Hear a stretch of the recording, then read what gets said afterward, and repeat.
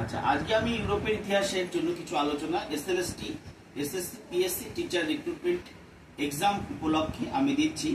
একই সাথে এটা নবম শ্রেণীর সিলেবাসে আছে। ক্লাস 9-এর যারা প্রিয় ছাত্রছাত্রীরা তোমরা ওই আলোচনাটা অবশ্যই শুনবে, আর যারা শিক্ষক নিয়োগ পরীক্ষায় বসতে চলেছ তাদের জন্য খুব কার্যকরী হবে। আমি যেটা বলতে চাইছি যে 1815 সালে ভিয়েনা সম্মেলনের পর থেকে মেটার্নিক তন্ত্র তোমরা জানো। মেটার্নিক একটা যুগ বিরোধী প্রতিক্রিয়াশীল ব্যবস্থা চালু করছেন, সম্পূর্ণ বিপ্লব বিরোধী ব্যবস্থা চালু করছেন, এবং তিনি পুরাতন তন্ত্রকে ফিরিয়ে আনছেন, যাজকতন্ত্রকে ফিরিয়ে আনছেন, অভিজাত তন্ত্র, ক্যাথলিক গির্জার আধিপত্য, এগুলো সব ফিরিয়ে আনছেন। অর্থাৎ বিপ্লবী সমস্ত ভাবধারাগুলোকে সম্পূর্ণভাবে নিশ্চিহ্ন করার কাজটা মেটার্নিক করলেন 1815 থেকে 1848 খ্রিস্টাব্দ পর্যন্ত। মেটার্নিক তন্ত্র মেটার্নিক কি করছে? তার মেটার্নিক তন্ত্রের মাধ্যমে 1815 পর থেকে ইউরোপে বিভিন্ন অঞ্চলে যে সমস্ত বিক্ষোভ বিদ্রোহগুলো হচ্ছে, আন্দোলনগুলো হচ্ছে, জনবিক্ষোভ গণবিক্ষোভ হচ্ছে, সমস্ত আন্দোলনগুলোকে তিনি তার প্রতিক্রিয়াশীল যন্ত্র, যেটা ইউরোপীয় শক্তি সমবায় বা কনসার্ট অফ ইউরোপের মাধ্যমে দমন করে দিলেন। এরপরে আমরা কি দেখছি যে 1830 খ্রিস্টাব্দে যে জুলাই বিপ্লব হলো, সেই জুলাই বিপ্লবকেও তিনি দমন করলেন। যদিও বেলজিয়াম নামক একটা দেশ যেটা স্বাধীন হলো, কারণ বেলজিয়ামকে ভিয়েনা সম্মেলনের বেলজিয়ামকে হল্যান্ডের সঙ্গে যুক্ত করে দেওয়া হয়েছিল। শক্তিসম্ভ নীতির মাধ্যমে হল্যান্ডের সঙ্গে বেলজিয়ামকে যুক্ত করা হয়েছিল। তা বেলজিয়াম কিন্তু 1830 জুলাই বিপ্লবের ফলে স্বাধীন হলো, কিন্তু মেটার্নিক তিনি কি করলেন? সমগ্র ইউরোপের জুলাই বিপ্লবের যে সারা ইউরোপ জুড়ে যে বিপ্লবটা শুরু হয়েছিল, সমস্ত অঞ্চলের বিপ্লবগুলোকে মেটার্নিক দমন করলেন। কিন্তু 1848 খ্রিস্টাব্দে ফেব্রুয়ারি বিপ্লব, আমরা জানি জুলাই বিপ্লবের পর, জুলাই বিপ্লব যখন হয়েছিল তখন ফ্রান্সের রাজা ছিলেন 10ম চার্লস। আমি এবার একটু ব্যাকগ্রাউন্ডটা আলোচনা করছি জুলাই এবং ফেব্রুয়ারি বিপ্লবের। আমরা দেখছি যে 1815 খ্রিস্টাব্দে ন্যায্য অধিকার নীতি বা লেজিটিমেসির দ্বারা অষ্টাদশ লুই পূর্ববংশী অষ্টাদশ লুইকে আবার ফ্রান্সের সিংহাসনে ফিরিয়ে আনা হয়েছিল।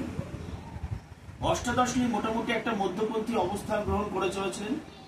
রাজতন্ত্রের সঙ্গে বিপ্লবী ভাবধারার কিছুটা সমন্বয়ের মাধ্যমে অষ্টাদশ লুই তিনি ফ্রান্স শাসন করেছিলেন, এবং অষ্টাদশ লুইয়ের শাসনকাল মোটামুটি শান্তিপূর্ণ ছিল। অষ্টাদশ লুই বলেছিলেন, আমি আর জনবিরোধী নীতি গ্রহণ করে ভ্রাম্যমান জীবনে ফিরে যেতে চাই না।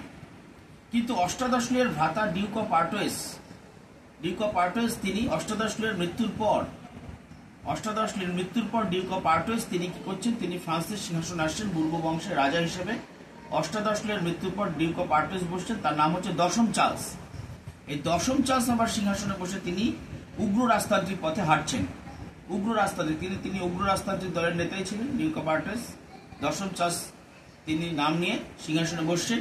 এই 10ম চার্লস যে উগ্র রাজতান্ত্রিক পথে হাঁটছেন, এবং তিনি বলছেন যে আমি বরং কাঠচেরাই করে জীবন ধারণ করবো। 10ম চার্লস বলছেন, আমি বরং কাঠচেরাই করে জীবন ধারণ করবো, কিন্তু ইংল্যান্ডের রাজার মতো শাসনতান্ত্রিক ক্ষমতাহীন রাজা আমি হব না।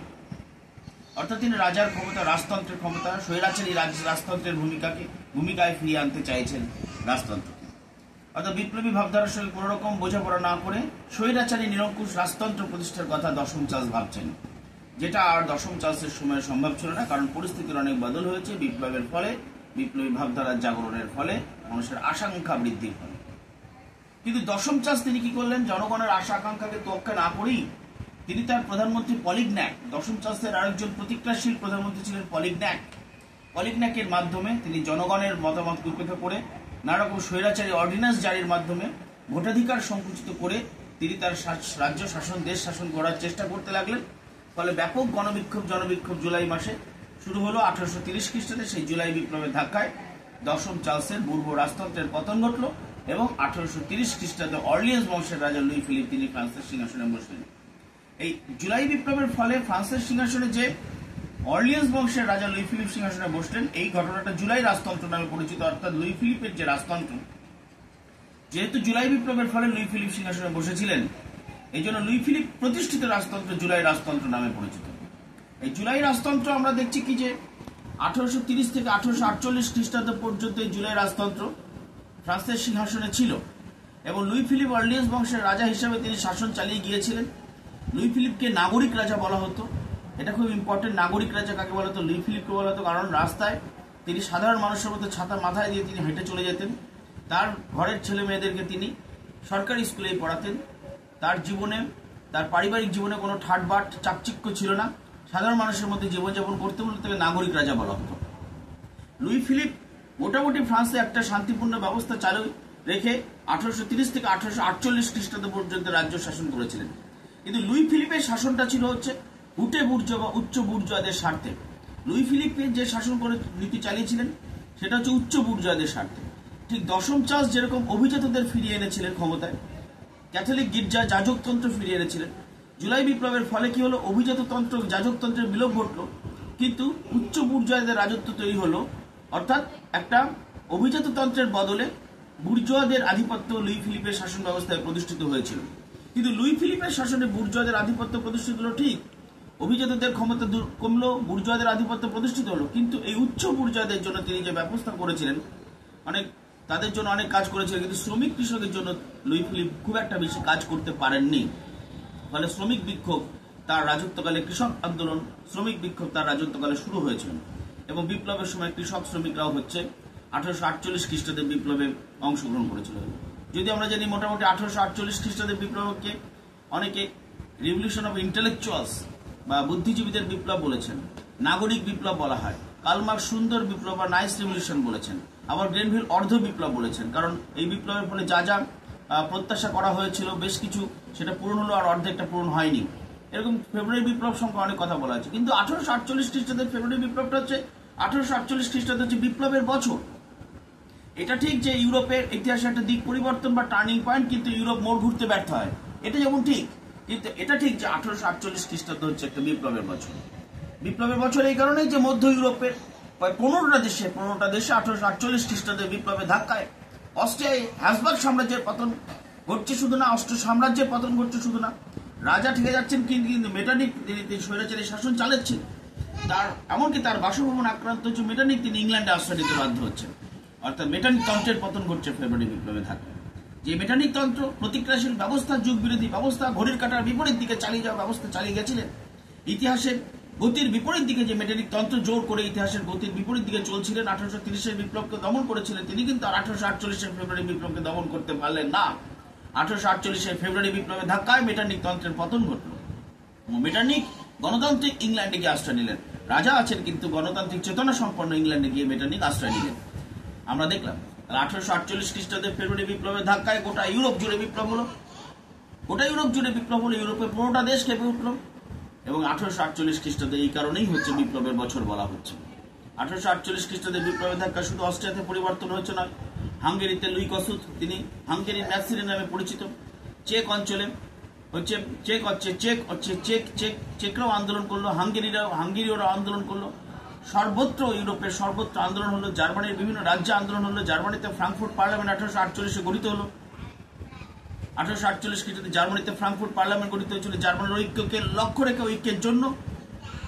কিন্তু ফ্রাঙ্কফুর্ট পার্লামেন্ট সিদ্ধান্ত নিয়েছিল যে জার্মানির ঐক্যবদ্ধ জার্মানির রাজমুকুট অস্ট্রিয়ার সম্রাটকে দেবে, কিন্তু অস্ট্রিয়ার সম্রাট তিনি যদি নিজে রাজতান্ত্রিক ছিলেন না, ঐক্যবদ্ধ জার্মানির রাজমুকুট প্রাশিয়ার সম্রাটকে দেবে। ফ্রাঙ্কফুর্ট পার্লামেন্ট 1848 খ্রিস্টাব্দের বিপ্লবের ফলে যে ফ্রাঙ্কফুর্ট পার্লামেন্ট গঠিত হলো, সেই ফ্রাঙ্কফুর্ট পার্লামেন্ট ঐক্যবদ্ধ জার্মানির রাজমুকুট প্রাশিয়ার সম্রাটকে দিতে চাইলেন, কিন্তু প্রাশিয়ার সম্রাট দুটো কারণে নিলেন না। একটা হচ্ছে অস্ট্রিয়ার ভয়ে, আর একটা হচ্ছে তিনি যেহেতু নিজে রাজতান্ত্রিক মানুষ, তিনি প্রজাতান্ত্রিকদের কাছ থেকে নির্বাচিত ফ্রাঙ্কফুর্ট পার্লামেন্টের কাছ থেকে তিনি রাজমুকুট গ্রহণ করতে তার বুকে বাঁধলো, তাই তিনি ঐক্যবদ্ধ জার্মানির রাজমুকুট নিলেন না তখন, যার জন্য জার্মানি ঐক্য আন্দোলন পিছিয়ে গেল। পরবর্তীতে বিসমার্কে রক্তলৌহ নীতির মাধ্যমে, কিন্তু কেইসের মতে কয়লা লৌহ নীতির মাধ্যমে জার্মানিকে ঐক্যবদ্ধ করতে হয়েছিল বিসমার্কের নেতৃত্বে 1870 খ্রিস্টাব্দে 71 খ্রিস্টাব্দে 1870-71 খ্রিস্টাব্দের মধ্যে। তাহলে আমি যেটা বলতে চাইছি যে ইউরোপের ইতিহাসের যে ঘটনাক্রম, এই আলোচনাটা যদি আপনারা কেউ মন দিয়ে শোনেন অবশ্যই আপনাদের কাজে লাগবে, বিশেষ করে যারা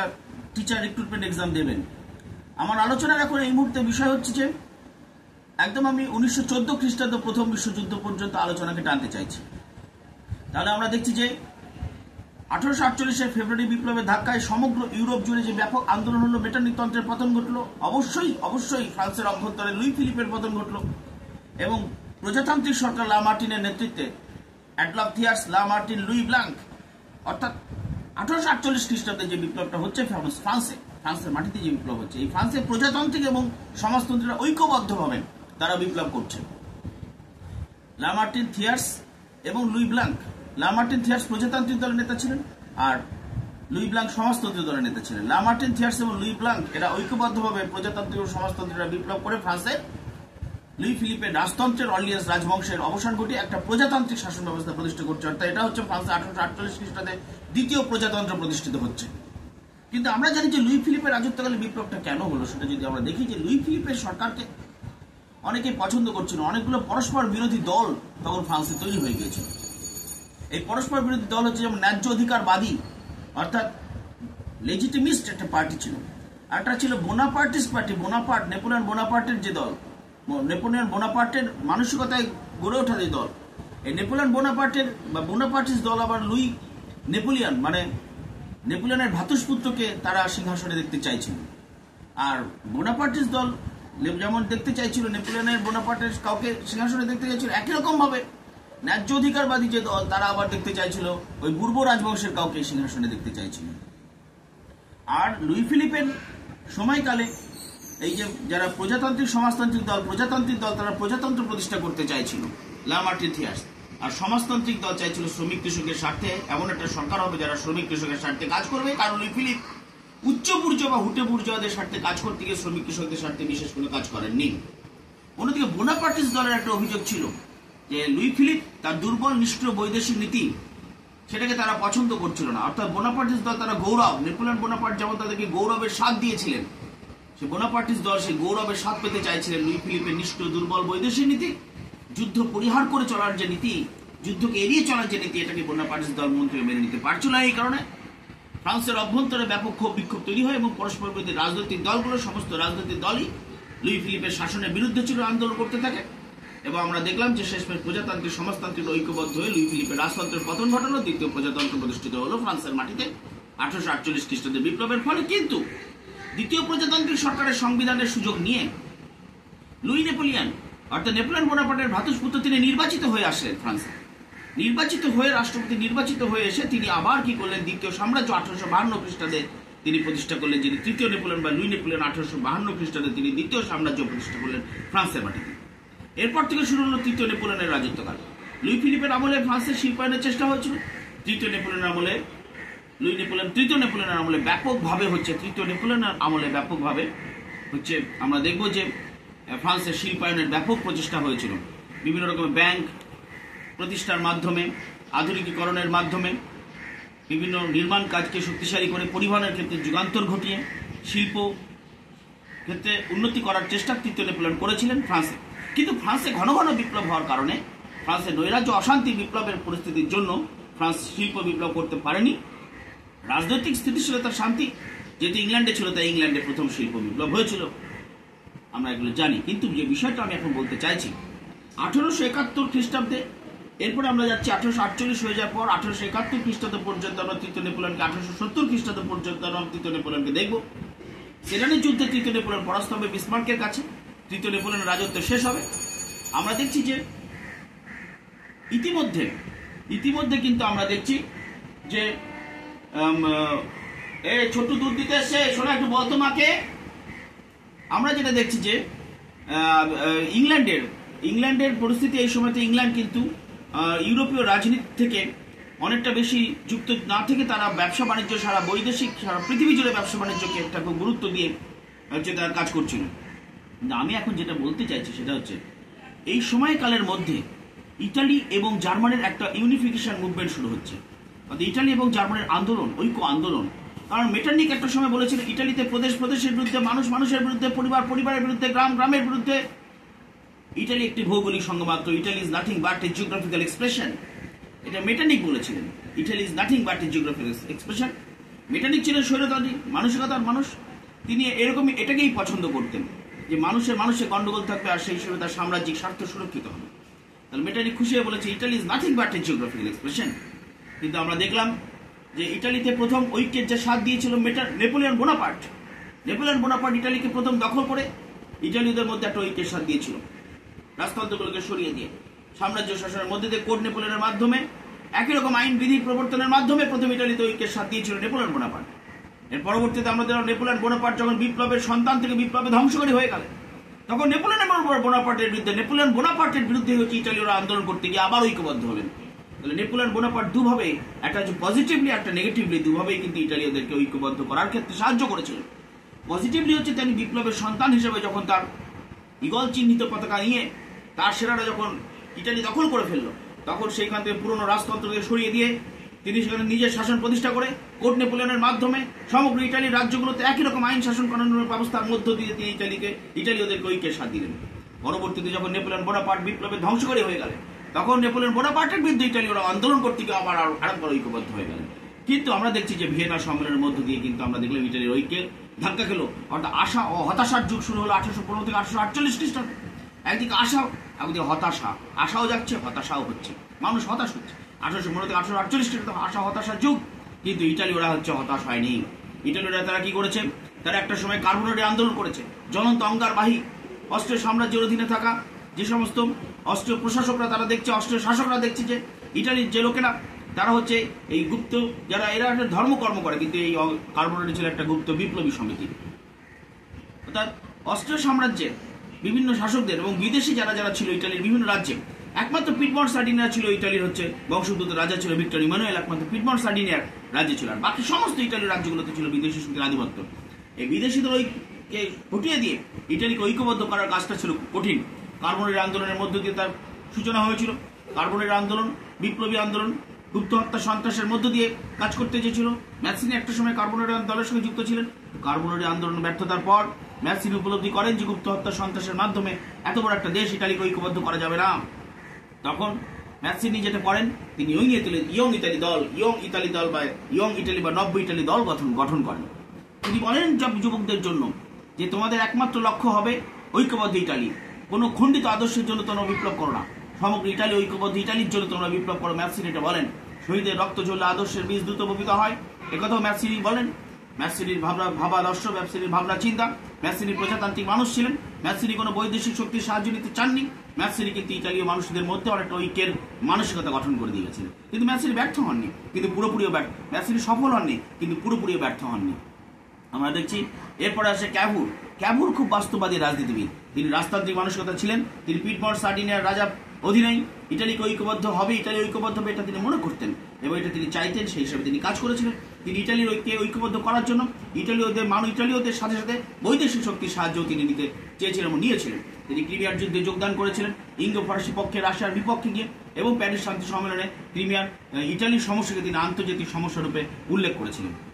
এবং তিনি ইংল্যান্ড ফ্রান্সের সাহায্য ক্রিমিয়ার যুদ্ধে যোগদানের পর প্যারিস শান্তি সম্মেলনে ইটালির সমস্যাকে তুলে ধরার ফলে ইংল্যান্ড ফ্রান্সের সাহায্য তিনি পেয়েছিলেন ইটালিকে ঐক্যবদ্ধ করার ক্ষেত্রে। এবং ক্যাভুরের বিচক্ষণ রাজনীতির ফলেই, ক্যাভুরের দূরদর্শিতার ফলে কিন্তু আমরা দেখব যে ইটালি ঐক্যবদ্ধ হওয়ার ক্ষেত্রে অনেক ধাপ এগিয়ে গিয়েছিল। পরবর্তীতে আমরা দেখব বিসমার্কের সময় পিডমন্ট সার্ডিনিয়া তারা বিসমার্কে যে পরপর দুটো যুদ্ধ, স্যাডোয়ার যুদ্ধ এবং সেডানের যুদ্ধে পিডমন্ট প্রাশিয়ার পক্ষে যোগ দিয়ে তারা হচ্ছে ইটালিকে ঐক্যবদ্ধ করলো। কিন্তু ক্যাভুর কিন্তু এই রাজতান্ত্রিক ক্যাভুর তিনি কিন্তু কি করেছিলেন, তিনি হচ্ছে ইংল্যান্ড ফ্রান্সের সাহায্য নিয়ে, বৈদেশিক শক্তির সাহায্য নিয়ে এবং পিডমন্ট সার্ডিনিয়াকে ইটালিকে ঐক্যবদ্ধ করার নেতৃত্ব দানের উপযুক্ত করে গড়ে তোলেন। তিনি কি করেছিলেন, ইটালির পিডমন্ট সার্ডিনিয়ার আধুনিকীকরণ, পিডমন্ট সার্ডিনিয়ার শিল্পায়ন, পিডমন্ট সার্ডিনিয়ার সামরিক শক্তি, পিডমন্ট সার্ডিনিয়ার অর্থনীতিকে অনেক চাঙ্গা করেন। তিনি কি করলেন, তিনি হচ্ছে পিডমন্ট সার্ডিনিয়াকে নেতৃত্ব দানের উপযুক্ত করে তিনি ইটালিকে ঐক্যবদ্ধ করার কাজ করেছিলেন এবং তিনি ক্যাভুর সফল হয়েছিলেন। আমরা দেখবো এক্ষেত্রে ম্যাসিনির সাথে ক্যাভুরের সাথে আরেকজন ব্যক্তির নাম আসবে, তিনি গ্যারিবল্ডি। তিনি ম্যাসিনির শীর্ষ সিংহহৃদয় গ্যারিবল্ডি, লালকর্তা বাহিনীর স্রষ্টা। তিনি হচ্ছে নেপাল সিসিলি থেকে বিদেশিদের উৎখাত করেছিলেন, কিন্তু তিনি গৃহযুদ্ধে হারাবার জন্য হচ্ছে ক্যাভুরের যে রাজতান্ত্রিক শক্তি, রাজার যে সেনাবাহিনীর কাছে, রাজার হাতে তিনি হচ্ছে নেপাল সিসিলি তুলে দিয়ে স্বেচ্ছায় ক্যাপ্টেনের দ্বীপে নির্বাসিত হয়েছিলেন গ্যারিবল্ডি, সিংহহৃদয় প্রজাতান্ত্রিক ম্যাসিনির শিষ্য গ্যারিবল্ডি। ইটালির ঐক্যের স্বার্থে তিনি স্বেচ্ছায় নেপাল আর সিসিলিকে ইটালির রাজার হাতে তুলে দিয়ে তিনি স্বেচ্ছায় ক্যাপ্টেনের দ্বীপে নির্বাসিত হয়েছিলেন। এভাবে দেখবো আমরা ইটালি ঐক্যবদ্ধ হওয়ার ক্ষেত্রে গুরুত্বপূর্ণ ভূমিকা নিয়েছিল। আর যখন সেডানের যুদ্ধে পিডমন্ট সার্ডিনিয়া যোগ দিল, রোম থেকে যখন সরে গেল ফরাসি বাহিনী, তখন রোমটাকে অধিকার করেছিল। তার আগে ভেনেসিয়াও অধিকার হয়েছিল। স্যাডোয়ার যুদ্ধে রাশিয়ার সাথে যোগ দেওয়ার ফলে ভেনেসিয়াও পেয়েছিল ইটালি। এভাবে আমরা দেখবো যে ইটালি ঐক্যবদ্ধ হলো। 1870-এর মধ্যে ইটালি ঐক্যবদ্ধ হলো। জার্মানি তো অবশ্যই ঐক্যবদ্ধ হলো। বিসমার্কের নেতৃত্বে জার্মানিকে ঐক্যবদ্ধ করার জন্য বুটচেনস্যাফট, সর্বজার্মানবাদ, এই ধরনের ভাবনা চিন্তাগুলো ছিল। জোল ভেরাইন তৈরি হয়েছিল, যে ম্যারিয়ট, ঐতিহাসিক ম্যারিয়ট বলছে যে শুল্ক সংঘ জোল ভেরাইন, যেটা তৈরি হয়েছিল 1819 খ্রিস্টাব্দে ম্যাজের উদ্যোগে জোল ভেরাইন নামক শুল্ক সংঘ তৈরি হয়েছিল। 1834-এর মধ্যে অস্ট্রিয়াবাদের সমগ্র জার্মান রাজ্যগুলো প্রায় চলে এসেছিল, জোল ভেরাইন অন্তর্ভুক্ত হয়েছিল। জোলভেরাইন হচ্ছে এমন একটা শুল্ক সংঘ, আগে যেখানে জার্মানির বিভিন্ন রাজ্যের মধ্যে ব্যবসা বাণিজ্যের ক্ষেত্রে বিভিন্ন রকম শুল্ক ছিল, অসুবিধা হতো ব্যবসা বাণিজ্যের ক্ষেত্রে, কোনো ঐক্য ছিল না, বৈষম্য ছিল। কিন্তু জোলভেরাইন শুল্ক সংঘ গঠনের মধ্য দিয়ে কি হলো, সমগ্র জার্মানির রাজ্যগুলোতে একই রকমের শুল্ক কাঠামো, কর কাঠামো চালু হওয়ার ফলে ব্যবসা বাণিজ্যের ক্ষেত্রে, অর্থনৈতিক ক্ষেত্রে যে ঐক্যটা তৈরি হলো, ঐতিহাসিক ম্যারেট বলছেন এই অর্থনৈতিক ক্ষেত্রে ঐক্যটাই পরবর্তীকালে রাজনৈতিক ঐক্যের ভিত নির্মাণ করেছিল। তাহলে জোলভেরাইনের পর আমরা দেখছি যে বিসমার্ক তিনি গুরুত্বপূর্ণ ভূমিকা আসছেন। বিসমার্ককে প্রাশিয়ার রাজা দায়িত্ব দিচ্ছেন। বিসমার্ক তিনি পার্লামেন্টের মধ্যে বলছেন বক্তৃতা ভোটের দ্বারা আজকের সমস্যার কোনো সমাধান হবে না, রক্ত লৌহনীতির মাধ্যমেই আজকের সমস্যার সমাধান হবে।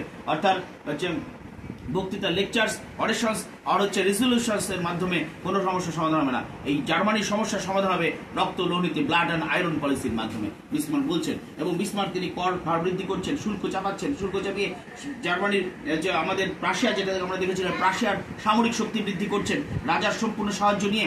সমস্ত বিরোধীদের বিরোধিতা সত্ত্বেও বিসমার্ক কিন্তু তিনি তার কাজ চালিয়ে যাচ্ছেন। তিনি জার্মানির সামরিক শক্তি বৃদ্ধি করছেন, করে তিনি কি করছেন, প্রথমে ডেনমার্কের সঙ্গে যুদ্ধ করছেন, কে কেন্দ্র করে অস্ট্রিয়াকে পাশে ডেনমার্কের সঙ্গে যুদ্ধ করছেন। পরে আবার অস্ট্রিয়ার বিরুদ্ধে যুদ্ধ করছে উত্তর জার্মানির রাজ্যগুলোকে দখল করার জন্য, কারণ উত্তর জার্মানির রাজ্যগুলোর পরে অস্ট্রিয়ার আধিপত্য ছিল। উত্তর জার্মানির রাজ্যগুলো থেকে অস্ট্রিয়াকে তাড়াতে অস্ট্রিয়ার বিরুদ্ধে তিনি যুদ্ধ করছেন, যেটা 7 সপ্তাহের যুদ্ধ বা স্যাডোয়ার যুদ্ধ নামে পরিচিত, বা কনিগ্রাসের যুদ্ধ, 7 সপ্তাহের যুদ্ধ বা স্যাডোয়ার যুদ্ধ নামে পরিচিত। 1866 খ্রিস্টাব্দে অস্ট্রিয়াকে পরাস্ত করে উত্তর জার্মানির রাজ্যগুলোকে তিনি দখল করছেন। অস্ট্রিয়াকে পরাজিত করা সত্ত্বেও অস্ট্রিয়ার সঙ্গে কোনো খারাপ ব্যবহার করছে না। ন্যাচারালি কি হয়ে থাকে যে বিজয়ী শক্তি পরাজিত শক্তির উপর নানা রকম অপমানজনক সন্ধি চাপিয়ে থাকে। সেটা জার্মানি পরবর্তীতে 1918 খ্রিস্টাব্দে 3 মার্চ রাশিয়ার প্রতি ব্রেস্ট-লিটভানস্কি সন্ধিতে করেছে।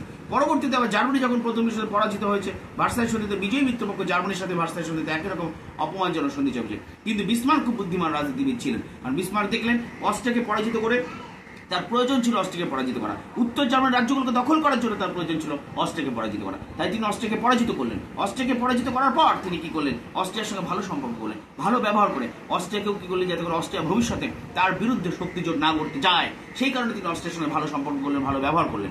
এরপর কি হলো, তিনি জানতেন যে তাকে ফ্রান্সের বিরুদ্ধে যুদ্ধ করতে হবে, কারণ দক্ষিণ জার্মানির রাজ্যগুলোকে দখল করতে গেলে পরে ফ্রান্সকে হারাতে হবে। তাই সেডানের যুদ্ধে তিনি 1870 খ্রিস্টাব্দে ফ্রান্সের যুদ্ধ করলেন। এমস টেলিগ্রামের শব্দগুলো কেমনভাবে সাজালেন, এমস নামক অঞ্চলে প্রাশিয়ার রাজা বিশ্রাম নিচ্ছিলেন, কাউন্ট বেনেদিক্তি ফরাসি দূত গেল সেখানে গিয়ে যে তাদের যে সাক্ষাৎকারে যেটা তিনি প্রাশিয়ার রাজা পাঠালেন বিসমার্কে, আর বিসমার্ক এমনভাবে শব্দগুলো সাজিয়ে সংবাদপত্রে প্রকাশ করলো যেন মনে হলো যে প্রাশিয়ার রাজা ফরাসি দূতকে অপমান করেছে। ফলে কি হলো, বিসমার্ক বললেন লাল কাপড় দেখিয়ে তিনি গল দেশের ষাঁড়কে খেপিয়ে দিয়েছেন। অর্থাৎ গল দেশ মানে ফ্রান্সের পূর্ব নাম গল, আর লাল কাপড় দেখালে ষাঁড় খেপে যায়, তাহলে ফ্রান্সের ফরাসি জনতাকে তিনি খেপিয়ে দিয়েছেন। তাহলে উস্কানিতে হয়ে ক্ষুব্ধ হয়ে ফ্রান্স কি করলো, প্রাশিয়াকে আক্রমণ করলো।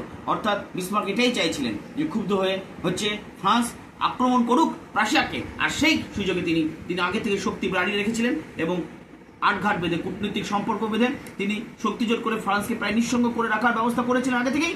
এবং তিনি কি করলেন, সেই সুযোগে ফ্রান্সকে সেডানের যুদ্ধে 1870 খ্রিস্টাব্দে পরাস্ত করে ফ্রান্সের তৃতীয় নেপোলিয়নকে সিংহাসনচ্যুত শুধু করলেন না, তিনি হচ্ছে ফ্রান্সের তৃতীয় নেপোলিয়নের রাজত্ব তো শেষই হলো সেডানের যুদ্ধের মধ্যে দিয়ে, তিনি সমগ্র জার্মানিকে ঐক্যবদ্ধ করলেন। দক্ষিণ জার্মানির রাজ্যগুলো ফ্রান্সের হাত থেকে কেড়ে নিয়ে তিনি সমগ্র জার্মানিকে ঐক্যবদ্ধ করলেন। প্রাশিয়ার নেতৃত্বে জার্মানিকে তিনি ঐক্যবদ্ধ করলেন বিসমার্ক, তার 3টে যুদ্ধের মাধ্যমে করলেন। কিন্তু কেইস, ওই অর্থনীতিবিদ কেইস বলছেন যে রক্ত লৌহনীতির থেকে গুরুত্বপূর্ণ বিষয় হচ্ছে কয়লা লৌহনীতি, কারণ বিসমার্ক জার্মানিকে ঐক্যবদ্ধ করার ক্ষেত্রে জার্মানির অর্থনৈতিক পুনর্গঠন করেছিলেন তার আগে। যেভাবে জার্মানির শিল্প কয়লা লৌহ শিল্পের শক্তিশালী করে, কয়লা লৌহ শিল্পকে শক্তিশালী করে, সেখান থেকে সেই শক্তির ভিত্তিতে সেই অর্থ থেকেই তিনি সামরিক শক্তি বাড়িয়ে তিনি জার্মানিকে ঐক্যবদ্ধ করেছিলেন। এটা কেইন্সের মতো অর্থনৈতিক দৃষ্টি গুরুত্বপূর্ণ। কিন্তু আমরা ন্যাচারালি যেটা বলে থাকি, রক্ত লৌহনীতির মাধ্যমে বিসমার্ক 3টে যুদ্ধের মাধ্যমে সমগ্র জার্মানিকে ঐক্যবদ্ধ করেছেন। এই 1871 খ্রিস্টাব্দে 1871 খ্রিস্টাব্দে ফ্রাঙ্কফুর্টের যুদ্ধের মাধ্যমে সমগ্র জার্মানি ঐক্যবদ্ধ হলো। 1871 খ্রিস্টাব্দে ইটালি ঐক্যবদ্ধ হলো। তাহলে 1870-71 মাধ্যমে জার্মানি ইটালি ঐক্যবদ্ধ হলো। এবং আমরা দেখছি যে পরাজিত ফ্রান্সকে পরাস্ত করার পর বিসমার্ক কি করলেন, ফ্রান্সকে এক ঘরে করে রাখার রাজনীতি গ্রহণ করলেন, ফ্রান্সকে সম্পূর্ণ নিঃসঙ্গ করে রাখার রাজনীতি গ্রহণ করলেন। বিসমার্ক তৈরি করলেন একটা শক্তি জোট 1882 খ্রিস্টাব্দে। 1882 শক্তি জোট হচ্ছে ত্রিশক্তি চুক্তি বা ত্রিশক্তি মৈত্রী বা ট্রিপল অ্যালায়েন্স। তাদেরকে নিয়ে জার্মানির রাজা বা কাইজার, জার্মানির যিনি কাইজার তাকে নিয়ে, অস্ট্রিয়ার সম্রাটকে নিয়ে, আর ইটালিকে নিয়ে 1882 খ্রিস্টাব্দে তিনি ট্রিপল অ্যালায়েন্স তৈরি করে ফেললেন এবং তিনি ফ্রান্সকে নিঃসঙ্গ করে রাখা নীতি নিলেন। তিনি রাশিয়ার সঙ্গে নিউসিল্যান্ড চুক্তি 1887 খ্রিস্টাব্দে করলেন। ইংল্যান্ডের সঙ্গে তিনি সুসম্পর্ক করলেন, যাতে রাশিয়া ইংল্যান্ড এটাকেও ফ্রান্সের সঙ্গে শক্তিজোট গঠন না করে, রাশিয়ার বিরুদ্ধে জার্মানির বিরুদ্ধে যাতে কোনো শক্তিজোট গঠন না করে, ফ্রান্স যাতে পরাজয়ের প্রতিশোধ গ্রহণ না করতে পারে। ফ্রান্সকে সেরানের যুদ্ধে হারিয়েছে, তাই যাতে ফ্রান্সের মনে ক্ষোভ আছে, সেই ক্ষোভকে যাতে ফ্রান্স কাজে না লাগাতে পারে, ফ্রান্স যাতে কখনোই শক্তিজোট জার্মানির বিরুদ্ধে শক্তিজোট, রাশিয়া জার্মানির বিরুদ্ধে শক্তিজোট গঠন করতে না পারে। এই কারণে ফ্রান্সকে নিঃসঙ্গ করে রাখার জন্য তিনি কি করলেন, তিনি রাশিয়ার সঙ্গে রিইন্স্যুরেন্স চুক্তি করলেন বিসমার্ক। তিনি ইংল্যান্ডের সঙ্গে ভালো ভালো কথা বলে সুসম্পর্ক রক্ষা করলেন। তিনি ইংল্যান্ডকে বললেন, ইংল্যান্ড তোমার কোনো ভয় নেই, আর তুমি হচ্ছে জলের ইঁদুর, আমি হলাম স্থলের ইঁদুর, তাই তোমার আমার সাথে কোনো সংঘাত নেই, আর আমি কোনোরকম নৌ সাম্রাজ্য বাড়াতে চাই না। আর বিসমার্ক ঘোষণা করলেন, Germany is a satellited country, Germany একটা পরিত্যক্ত দেশ, তাই জন্য ইংল্যান্ডের সঙ্গে সাম্রাজ্য বিস্তারের কোনো সম্পর্ক নেই। I am no colony man, Bismarck বললেন, আমি উপনিবেশবাদী নই। এসব বলে তিনি ইংল্যান্ডকে আশ্বস্ত করলেন। ফলে ফ্রান্স যতদিন বিসমার্ক ছিলেন 1890 খ্রিস্টাব্দ পর্যন্ত, ততদিন ফ্রান্স কিন্তু শক্তিজোট জার্মানির বিরুদ্ধে, রাশিয়ার বিরুদ্ধে শক্তিজোট গঠন করতে পারেনি। 1882 খ্রিস্টাব্দে বিসমার্ক যে শক্তিজোট গঠন করেছিলেন ট্রিপল অ্যালায়েন্স, সেই শক্তিজোটই ছিল একমাত্র শক্তিজোট, এর পাল্টা কোনো শক্তিজোট বিসমার্কের থাকাকালীন হয়নি। কিন্তু কাইজার দ্বিতীয় উইলিয়াম, অনভিজ্ঞ কাইজার, জার্মানির সম্রাট কাইজার দ্বিতীয় উইলিয়াম, তিনি 1890 খ্রিস্টাব্দে বিসমার্ককে ড্রপিং দ্য পাইলট ঘটালেন, অর্থাৎ বিসমার্ককে পদচ্যুত করলেন। বিসমার্ককে পদচ্যুত করার পর কাইজার দ্বিতীয় উইলিয়াম সম্পূর্ণ নিজের হাতে জার্মানির রাশ নিয়ন্ত্রণ নিলেন এবং তিনি যেভাবে আগ্রাসী রাজনীতি গ্রহণ করলেন, তাতে কিন্তু কি হলো, জার্মানির বিরুদ্ধে একটা শক্তি জোট এবং একই সাথে বলা যায় যে ট্রিপল অ্যালায়েন্স, বিসমার্কের সৃষ্ট ট্রিপল অ্যালায়েন্সের বিরুদ্ধে একটা শক্তি জোট, ট্রিপল আতাত 1907 খ্রিস্টাব্দে তৈরি হওয়ার মতো একটা জায়গা তৈরি করে ফেললেন। অর্থাৎ ট্রিপল অ্যালায়েন্স যেটা বিসমার্ক তৈরি করে 1882 খ্রিস্টাব্দে, তার একটা পাল্টা শক্তি জোট 1907 খ্রিস্টাব্দে তৈরি হলো। কাইজার দ্বিতীয় ইলামের ভুলভ্রান্তি, কাইজার দ্বিতীয় ইলামের ওয়েল্ট পলিটিক, WELT POLITIK নীতির ফলে কাইজার দ্বিতীয় ইলাম সমস্ত ক্ষেত্রে, সমস্ত রাজনীতির ক্ষেত্রে বিশ্বের সর্বত্র তিনি হস্তক্ষেপ করতে লাগলেন, যেটা ইংল্যান্ড, ফ্রান্স, রাশিয়া কারোর পছন্দ হলো না।